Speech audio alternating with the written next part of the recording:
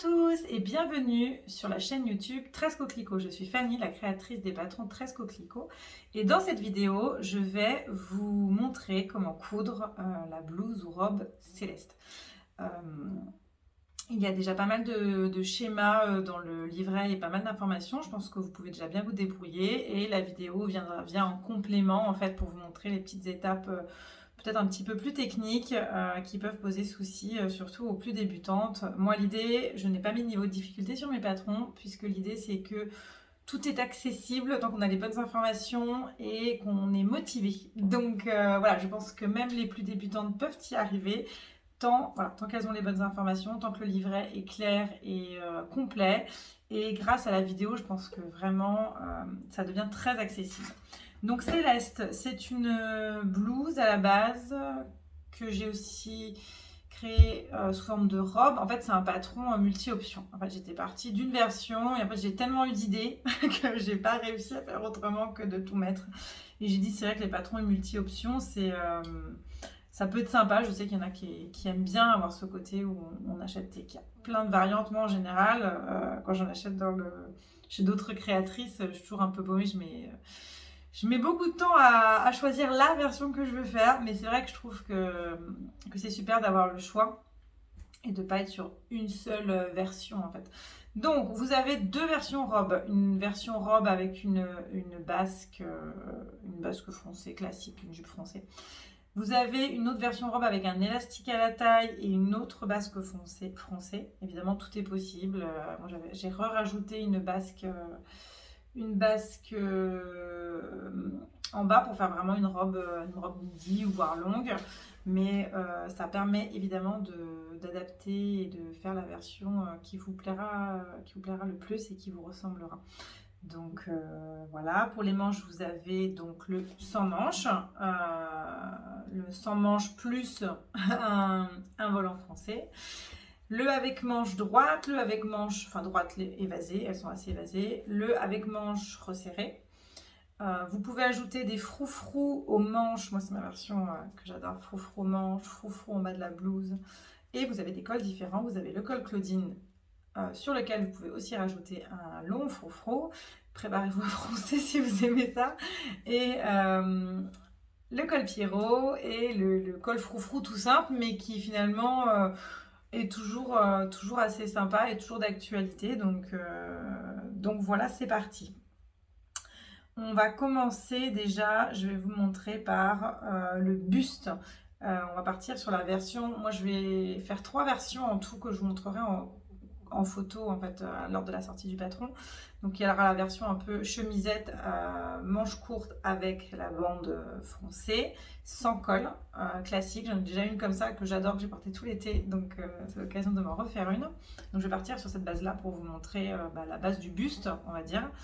Et puis ensuite, je vous montrerai le col Pierrot, le col Claudine avec froufrou et aussi les froufrous aux manches, les froufrous en bas.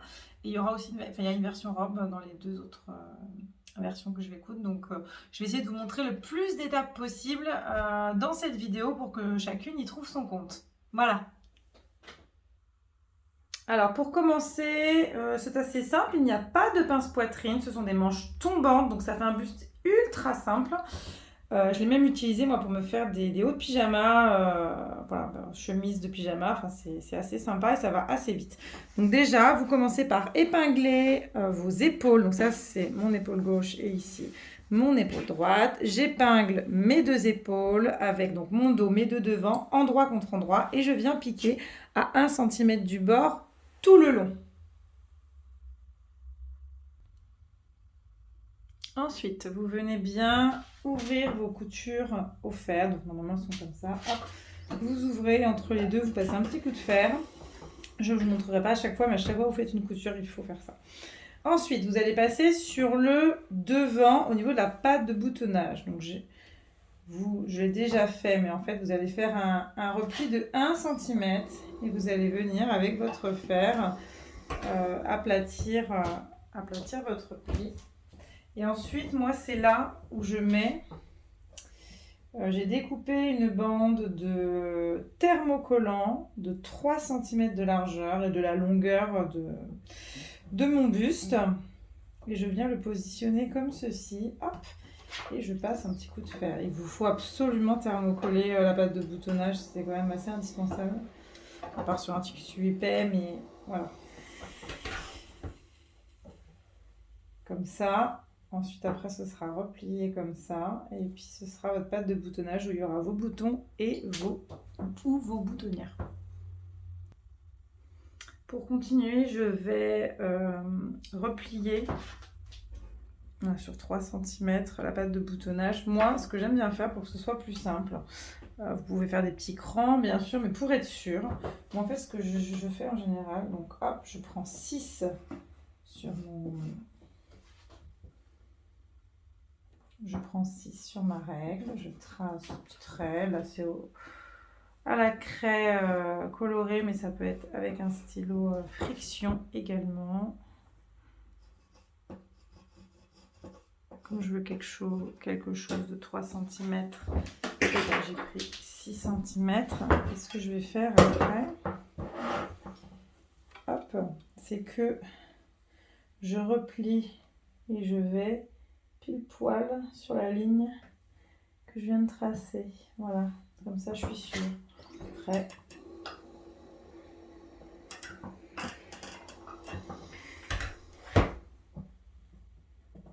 voilà. Voilà, hop. Et des fois, on a tendance, sinon, c'est pour être sûr que ce soit parfait. Voilà. Donc là, j'ai bien une pâte de boutonnage de 3 cm de large. Je fais pareil de l'autre côté. Comme expliqué dans le livret, moi, ce que j'aime bien, c'est que je vais faire une surpiqûre, hop, tout le long, là. Donc, soit vous le faites à 3 cm sur le devant, soit vous le faites carrément sur l'arrière, comme vous le sentez. Je vais piquer, on va dire à partir de là jusque là. Je vais laisser quand même 7-8 cm en haut et en bas pour me permettre de faire de jolies finitions. Mais le fait qu'elles soient déjà piquées, ça va me permettre de bien les maintenir. Et je trouve que ce sera plus facile pour manipuler après l'encolure, par exemple avec le biais. Parce que si on laisse des épingles, je trouve que c'est moins facile. Voilà, après, faites comme vous voulez. Donc là, moi, je vais réaliser une surpiqûre, hop, des deux côtés, enfin, sur chaque devant, et je laisse à chaque fois entre 5 et 10 cm en haut et en bas pour pouvoir procéder aux finitions. Alors, par la suite, je prends mon biais. Donc, vous avez la petite pièce pour découper votre biais. Il faut bien suivre la flèche pour le sens du tissu parce que ça doit, comme son nom l'indique, ça doit être coupé au biais pour garder une bonne élasticité. Ensuite, je le plie en deux. Vous pouvez en effet aussi prendre un biais du commerce, il n'y a aucun souci. Faites attention qu'il soit souple parce que des fois, ce qu'on trouve dans les grandes surfaces de tissu, type mondial tissu, c'est des trucs, c'est des biais assez épais. C'est plutôt pour de l'ameublement ou je sais pas, une sortie de bain pour enfants. Voilà, il faut quelque chose d'assez souple. Moi, je les achète chez les unis, je les achète chez Motif Personnel, ils sont super. Bon, voilà, vous coupez un bout de biais dans le même tissu, vous voyez, hop, c'est assez élastique. J'ai pas mis de... Je veux dire, il y a un biais pour toutes les tailles parce qu'en fait, il sera légèrement plus grand. Ça vous permettra, vous, d'ajuster en fonction de votre propre tissu et de son élasticité. Donc là, ce qu'on va faire, c'est qu'on va on va positionner le biais sur l'encolure. Je vais vous montrer comment faire avec votre pâte de boutonnage. Donc, vous allez la plier dans l'autre sens, mais au niveau de la pliure. Hein. Voilà, vous mettre une petite épingle pour tenir si jamais. Voilà. Donc, elle est contrariée hein, parce que vous avez bien passé, vous avez plié votre... vous avez passé au fer votre pli, donc voilà, on sent que c'est pas là où elle devrait aller. Mais ça va vous permettre de faire une jolie finition. Donc moi, je fais comme ça. Et ensuite, je viens positionner mon biais. En fait, ce que je vous montre, c'est pas comment poser un biais, c'est comment poser une bande de propreté. Mais on utilise un biais pour ça. Hop. Et je vais venir le positionner comme ceci. Donc là, vous voyez bien avec le blanc du thermocollant, on est endroit contre endroit, les 1 cm sont restés au même endroit, ça pose pas de souci, le petit repli. Et puis vous n'êtes pas obligé d'aller au bout du bout, vous pouvez, l'important c'est qu'il n'y ait pas trop de tissu quand même, puisqu'après, je vais vous montrer tout de suite pour que vous ayez une idée. Ensuite après on va retourner et ça nous permettra d'avoir une très jolie finition toute nickel. Voilà, donc ce qu'il faut faire pour cette bande de propreté, vous l'épinglez au fur et à mesure, enfin tout le long de votre encolure, en tirant très légèrement sur le biais. Voilà, comme s'il y avait un petit embu à résorber. Voilà, hop, on tire légèrement pour qu'après ça vienne bien se plaquer quand on va le retourner de l'autre côté. Donc, dès que vous avez fait ça, vous venez coudre à 0,7, 0,8 cm du bord. Ensuite, on va repasser et après, on viendra repositionner dans l'autre sens. Ensuite, j'ai donc cousu la bande de propreté. Et ce que je vais faire, c'est que je vais cranter les angles au niveau des pattes de boutonnage afin que ce soit joli quand on retourne. N'hésitez pas, moi je vais peut-être le faire des fois à dégarnir légèrement ici. Donc déjà en coupant les surplus de couture, mais peut-être je vais couper un petit peu pour être sûre. Voilà. Et ensuite on repasse et on remet dans l'autre sens. Alors, j'ai avec mon fer repassé ma bande de propreté donc ici sur l'envers, vous voyez. C'est nickel, on voit rien, c'est super joli. Moi, c'est vraiment la finition que je préfère pour ce genre de choses. Et puis après, je vais pouvoir surpiquer le haut de la patte de boutonnage que je n'avais pas surpiqué. Je vais venir surpiquer là tout le long. Pour avoir une jolie finition. Je fais ça des deux côtés. Et donc par la suite, maintenant que l'encolure est faite, nous allons assembler les côtés. Voilà. À 1 cm du bord, vous piquez tout le long et vous faites ça des deux côtés. Par la suite, vous avez des bandes pour faire les volants froncés qui iront sur les manches courtes. Donc vous voyez, hop, vous venez déjà endroit contre endroit, assembler les petits côtés, piquer, et ensuite vous avez, voilà, comme voilà, c'est fermé. Ensuite, vous arrivez à ça. Donc là, j'ai plié en deux le volant et puis je suis venue piquer voilà, pour maintenir les deux bords. Ensuite je vais venir faire deux lignes de fronce, une à 0,5, une à 1,5 et ensuite je viendrai les positionner endroit contre endroit au niveau de la manche courte et je viendrai piquer à 1 cm du bord et comme ça je pourrai facilement enlever les fils de fronce. Alors, pour ce qui est des fronces, regardez, j'ai tracé mes deux lignes de fronce. On voit très bien, elles sont en noir. Donc moi, je change le fil de canette pour un fil contrastant. C'est le fil de canette sur lesquels après vous allez tirer pour froncer. Donc voilà, c'est plus pratique s'ils sont d'une autre couleur. Et là, on les voit super bien. J'ai gardé, voilà, on voit rien. J'ai gardé le fil normal de l'autre côté. Pour ce qui est des réglages de la machine, je pense que c'est un peu en fonction de votre machine. Voilà, un réglage sur une machine ne sera pas forcément adéquat sur une autre. Je vais vous dire quand même comment moi je fais. Moi, je mets la largeur du point sur 4,5 et je mets la tension sur 2. Voilà, moi j'ai une pfaff. Et aussi, j'enlève le point arrière et enfin le point arrière qui est au début et à la fin parce qu'il va falloir tirer sur le fil de fronce.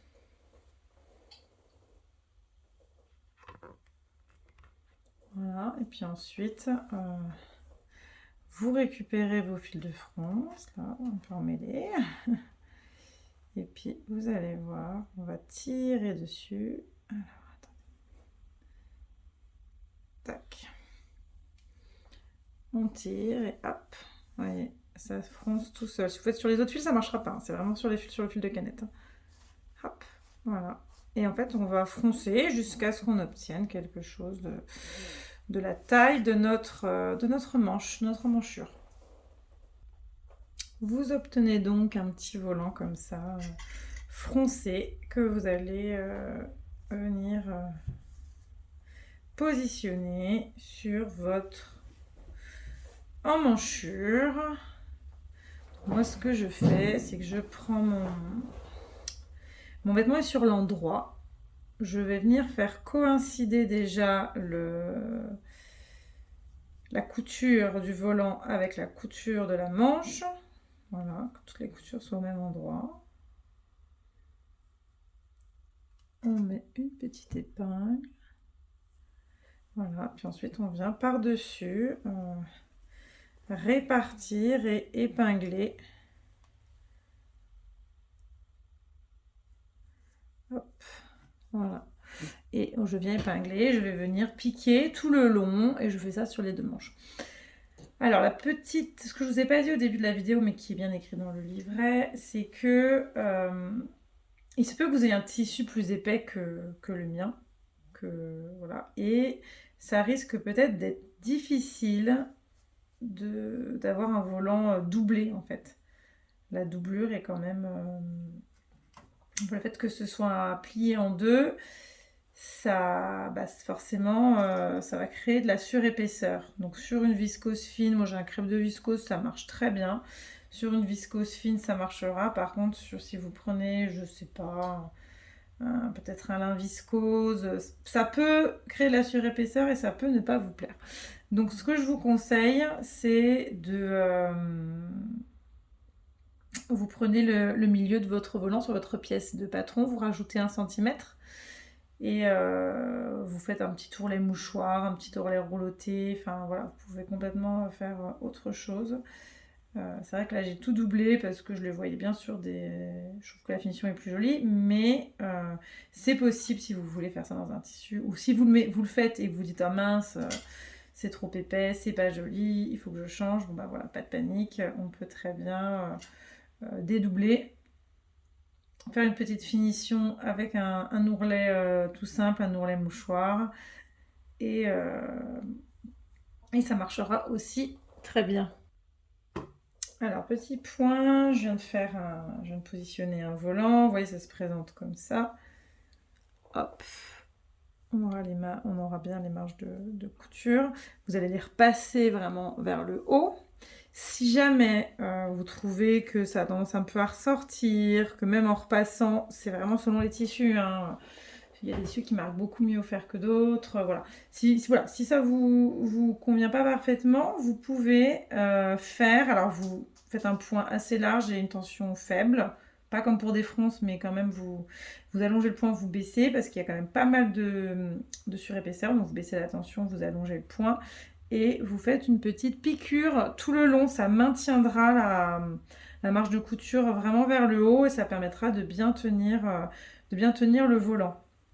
Voilà, tout ce que je vous dis là sur les surépaisseurs, moi je le fais vraiment de plus en plus, c'est-à-dire que si je vois que ça va être un peu épais, et ben, je vais des fois allonger mon point légèrement, baisser la tension légèrement, mais tout ça va permettre quand même que ce soit des fois plus facile et plus joli. Voilà, donc n'hésitez pas sur votre petite manche.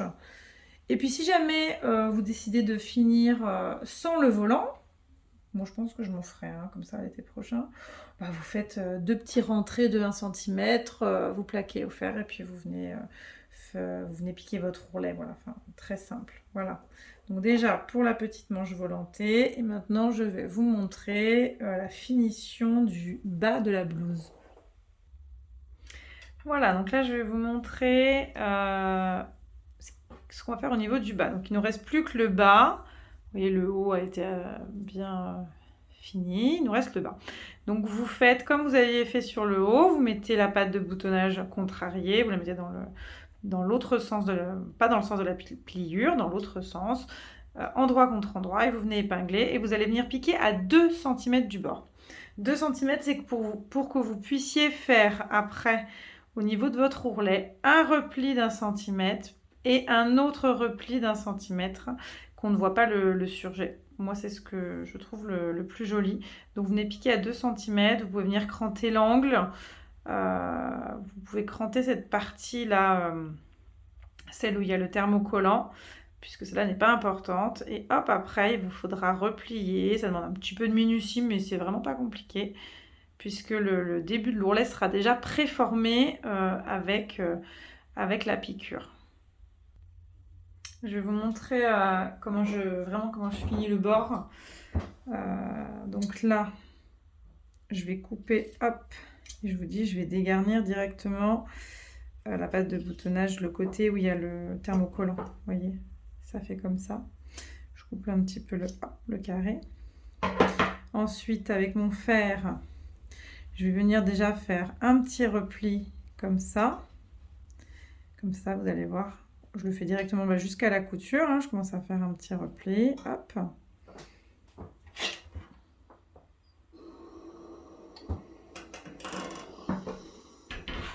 Je vous montre ça. Oups. Désolée. Et après, quand je vais retourner, voilà, n'hésitez pas à recranter. Vous allez voir, regardez. Hop.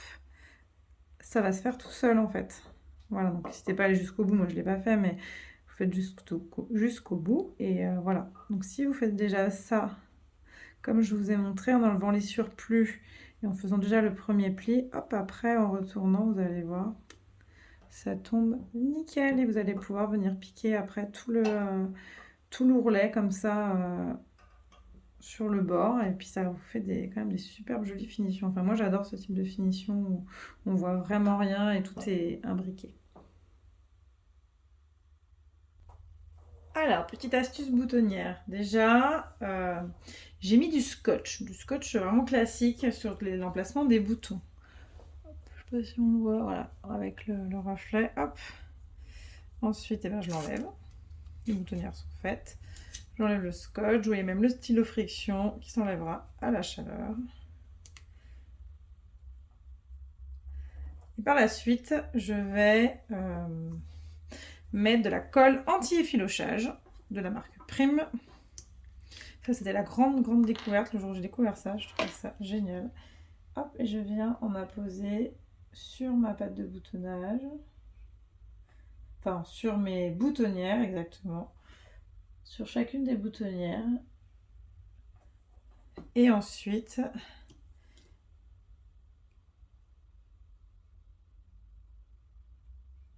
hop, je laisse sécher.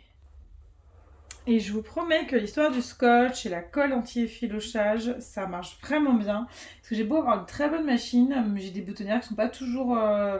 Enfin, elles sont pas comme dans l'industrie, quoi. C'est pas une vraie machine à boutonnière comme dans l'industrie. Donc elles sont pas toujours parfaites, hein, clairement. Elles sont plus jolies qu'avec une machine premier prix, c'est sûr. Mais bon, des fois, elles sont pas non plus parfaites. Mais vraiment, le scotch, je trouve que ça permet d'avoir une vraie régularité sur le petit point bourdon là qui va faire votre boutonnière.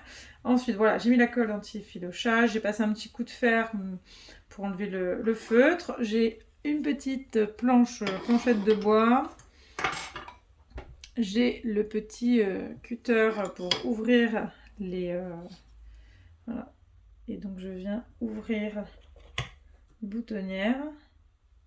Le fait qu'il y ait eu la colle, ça va beaucoup moins s'effilocher. Après, moi, des fois, je trouve que ça se réeffiloche un peu. Vous pouvez très bien repasser un petit coup de colle sur l'intérieur. Et puis voilà, quoi.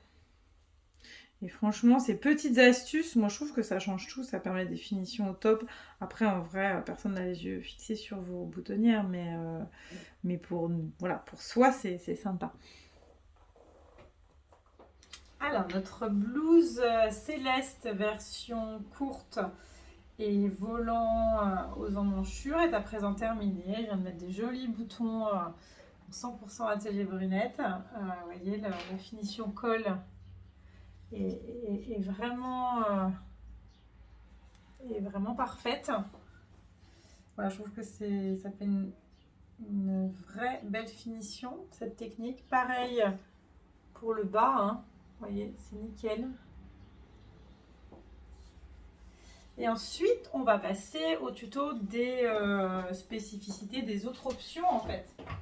Donc là, je suis en train de coudre une blouse, cette fois manche longue, céleste, dans un tissu double gaze Atelier Brunette. J'ai déjà fait les pattes de boutonnage. J'ai assemblé le devant et le dos et je n'ai pas encore fait les côtés ni les manches puisque je vais déjà y positionner le col. J'ai choisi de faire le col Claudine. Alors le col Claudine, j'ai pris l'autre côté, les petits carreaux cette fois du tissu.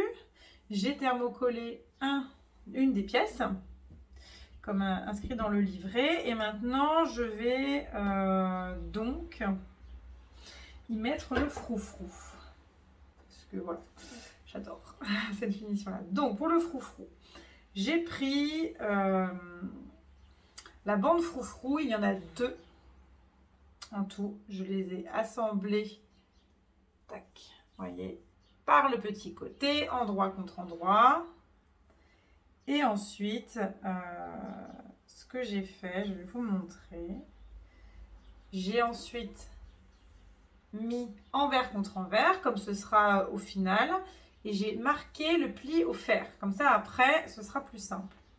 Ensuite, donc hop, voilà. Par contre, pour coudre les extrémités, il faut que vous reveniez endroit contre endroit, hop.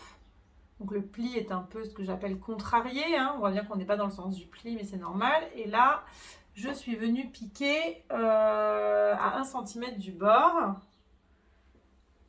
Par la suite, je vais cranter les surplus de couture. Hop, vous voyez, comme ça. Tac. Et je vais pouvoir retourner. Et avec le pli, bah, ça va se mettre super bien parce que le pli est déjà préformé. Voilà. Et en fait, j'ai un bord qui est tout nickel parce qu'en fait, comme c'est une blouse chemise quoi, qui a une patte de boutonnage, et ben tout le col ne fait pas. Enfin, c'est pareil en fait pour le. Je vous le montrerai pas parce qu'en fait c'est exactement la même chose avec une pièce qui est plus longue, enfin plus large, pardon, je veux dire, pour le col Pierrot. Et voilà, comme il y a une patte de boutonnage, il y a forcément un début et un arrêt. En général, le col se positionne toujours, je vais vous montrer, vraiment à 3 cm du bord, c'est-à-dire ici, là où vous aurez fait votre surpiqûre. C'est là où le froufrou doit débuter en fait, pour vous aider à bien positionner votre col, que ce soit le col... que ce soit le col Pierrot ou le col Claudine, voilà, les froufrous arrivent par ici. Donc là, ce que je vais faire maintenant que j'ai ma pièce avec mes bords prêts, je vais venir réaliser une surpiqûre tout le long, une piqûre, surpiqûre, peu importe le terme, à 0,5 par exemple, pour maintenir, parce qu'il faut vraiment que les bouts restent bien bord à bord et j'ai pas envie que ça bouge avec les lignes de fronce. Voilà, donc je fais déjà une petite piqûre et ensuite je viens faire 2 lignes de fronce, une à 0,5 et une à 1,5. Voilà, et après on va venir froncer et positionner notre froufrou sur notre col Claudine. Juste au cas où certaines se poseraient la question et trouveraient mon froufrou un peu large, en fait c'est pas le froufrou celui-là, c'est le froufrou du bas, mais c'est exactement le même système, mais comme mon autre froufrou est déjà préformé, pour la vidéo j'ai pris un peu d'avance, je vous ai montré sur le froufrou du bas. Qui sera au niveau du bas, des 2 devant et du dos. En fait, c'est exactement la même chose. On assemble 3 morceaux et pas 2. Je vous en reparlerai tout à l'heure. Et on fait notre pli, on fait les côtés. C'est exactement la même chose. Sauf que, voilà, notre froufrou, tac. Il est dans l'autre sens d'ailleurs, celui-là. Et ça, c'est le froufrou. Il est un petit peu plus étroit. Donc après, évidemment, vous aurez tous les... Avec le patron, vous aurez toutes les pièces. Donc prenez bien les bonnes pièces. Mais si jamais, voilà, certaines se posent la question qu'elles trouvent que mon froufrou est un peu large, c'est qu'en effet, c'est le froufrou du bas et pas le froufrou du col. Mais c'est exactement la même chose pour ces deux-là. Donc je ne vous montre qu'une seule fois ici pour le froufrou du bas, je vous montrerai juste comment faire la finition au niveau des pattes de boutonnage. Voilà, parce qu'elle peut paraître un peu obscure, mais voilà, c'est tout ce que je vous montrerai. Et donc voici, j'ai fait 2 lignes de fronce, comme pour les volants aux manches courtes que je vous ai montré précédemment. Donc moi j'utilise toujours un fil contrastant pour le fil de canette, c'est vraiment beaucoup plus facile de s'y retrouver après, surtout aussi quand on veut l'enlever. C'est sur ce fil là, sur ces 2 fils là qu'on va tirer pour froncer. Si vous tirez sur ceux de l'avant, ça ne marchera pas. Voilà, comme pour toujours pareil, j'allonge le point, je baisse la tension, j'allonge le point sur 4,5. Je baisse la tension sur 2 et puis j'enlève les points d'arrêt au début et à la fin. Voilà. Je vais venir froncer. Et ensuite, je vais venir positionner. Je vais vous montrer avant de commencer comme ceci. Alors, peu importe le sens que vous prenez. Hop. Et je vais venir positionner à 1 cm. Je vais commencer à 1 cm du bord parce que ça, c'est la marge de couture. Donc comme là, la finition est déjà faite, ça ne sert à rien. Hop, vous froncez. Hop, ce sera... Je vais vous montrer avant de... Quand j'aurai piqué, ça, voilà. Ce sera tout le long comme ça. Et vous épargnez. Enfin, je veux dire, il n'y a rien à mettre ici puisque ça, ce sera sur l'encolure du buste. Et il y aura le biais, en fait, la bande de propreté. Donc c'est vraiment à faire tout le long là, là, et hop, on s'arrête là aussi, à la pointe à 1 cm du bord. Voici un petit peu ce que ça rend pour le début, je n'ai fait que la moitié. Donc pour m'aider, en fait, déjà aussi, je prends la moitié, parce que vous savez, vous l'avez coupé au pli, donc vous pouvez faire une petite marque, ou peut-être que moi j'avais une petite pliure, donc ça m'a aidé, et j'ai mis là où le volant a été assemblé, en fait, parce qu'il y avait 2 morceaux, je l'ai mis directement là. Comme ça m'aide à répartir, savoir exactement où je vais. Je pique ici, je pique en bas, et puis après, je fronce et j'essaye de répartir les fronces. Franchement, ça se fait assez facilement, hein, de répartir les fronces de façon à peu près homogène tout le long. J'épingle. Hop, et je vais venir réaliser une petite piqûre à 0,5. Ce que je vous conseille, comme là vous allez avoir un peu d'épaisseur et que peut-être vous allez soit changer votre aiguille, parce que moi je suis en 70, soit de diminuer un peu la tension légèrement, hein, ou d'allonger légèrement le point. Voilà, pour pas que ce soit... C'est vraiment une piqûre de maintien, il n'y a pas besoin que ça tienne super bien, c'est juste pour que ce soit plus facile après quand vous allez assembler le dessus de colle en fait. Donc c'est les mêmes pièces pour le dessous et le dessus de colle, hein. Vous allez faire votre piqûre, vous allez enlever et en effet voilà, votre bord replié, il est sur l'intérieur, on est vraiment bord à bord, comme ça après hop, ce sera comme ça quand vous aurez fini. Et ensuite vous venez positionner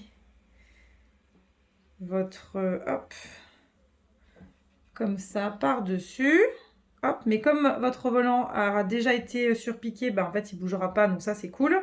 Et vous viendrez faire une piqûre à peu près entre 0,7 et 1 cm tout le long ici. Pareil, vous ne faites rien au niveau de l'encolure, puisque c'est ça qui vous permettra de retourner votre colle sur le devant. Et on viendra finir avec une bande de propreté. Voilà. Vous venez piquer voilà, tout le long et puis après on viendra retourner. Alors je vous fais un petit zoom sur un petit point technique. Là j'en suis donc à fixer, je vais fixer mon biais, vous voyez, hein, je l'ai retourné, ça marche super bien. Et évidemment il va falloir que vous mettiez votre colle à plat pour ne pas prendre en sandwich votre colle, ce ne sera pas très joli. Par contre on aura la piqûre derrière, en dessous, qui sera cachée par le col après quand le col va retomber. Mais voilà, mettez bien votre colle à plat sur le côté et venez piquer là à 1 cm, enfin pas 1 cm, n'importe quoi, vraiment à 2 mm du bord. Et puis voilà, après, hop, votre col se mettra bien comme ça. Vous venez repasser, il est assez lourd, donc il viendra se mettre correctement. Je pense qu'il n'y aura pas de souci. Voilà, bon moi là je l'ai fixé, je vais le montrer avant de le fixer, je l'ai zappé. Voilà, il est entièrement fixé, maintenant il va falloir bien repasser pour que la bande de propreté soit bien sur l'intérieur. Mais ce qui est bien en prenant une bande de propreté qui est dans le même tissu, c'est que même si jamais ça se mettait pas très bien, qu'on le voyait un peu dépassé, en fait, voilà, c'est vraiment les mêmes couleurs, donc ce sera vraiment peu visible. Ensuite, on va mettre les manches à plat. Donc à plat. Il faut prendre la partie la moins bombée, celle où il y a un petit cran. Moi, j'ai bien mis un petit cran. Et vous allez venir mettre le petit cran au niveau de votre couture épaule. Voilà. Et ensuite, vous allez épingler tout le long du dos vers l'avant. Voilà. Faites ça des deux côtés. Vous allez voir, c'est très simple. Alors, j'ai monté les manches et après, comme expliqué dans le livret, je les plie en deux, endroit contre endroit. Et je vais venir piquer tout le long là. Et j'ai aussi positionné endroit contre endroit le devant et le dos. Voilà, et je fais pareil des deux côtés. Ensuite, je peux cranter les petits angles, les petits surplus de couture si je veux. Et puis, je repasse, j'ouvre la couture au fer. Alors, on en est au volant des manches. Donc, ce que j'ai fait pour les volants, j'ai pris les deux petits côtés que j'ai assemblés pour en faire, voilà, après un cercle, voilà, qui est fermé. J'ai fait une piqûre tout le long pour bien maintenir. Vous n'êtes pas obligé, mais c'est vrai que ça évite après que ça bouge de trop. Et j'ai fait 2 lignes de fronce. Bon, vous ne voyez pas la première parce que j'ai oublié de changer mon fil de canette, mais je l'ai bien fait sur la deuxième. Voilà. Donc 2 lignes de fronce. Et ensuite, je suis venue assembler sur le devant, endroit contre endroit, sur le devant de mon bas de manche. Voilà. Donc je vais enlever les fils de fronce maintenant que j'ai fixé. Je vais passer donc comme ça sur l'avant. Je vais le passer au fer. Et pareil que le volant des manches courtes, si jamais, ce qui risque d'arriver, parce que le volant est pas très large, je vous conseille de faire une petite surpiqûre. Pareil, vous serrez pas trop, le point vous l'allongez très légèrement, vous baissez un tout petit peu la tension, voilà. Moi juste j'allonge le point en général, bon, voilà, parce qu'il y a pas mal de surépaisseur. Et puis vous venez faire une petite piqûre à 0,2 du bord, afin de 0,2, oui 0,2, entre 0,2 et 0,5, pour fixer en fait le volant et qu'il n'ait pas trop tendance à rebiquer. Voilà, déjà pour les manches, et puis ensuite je vous montre pour le volant du bas. Cette fois, on va positionner le volant du bas.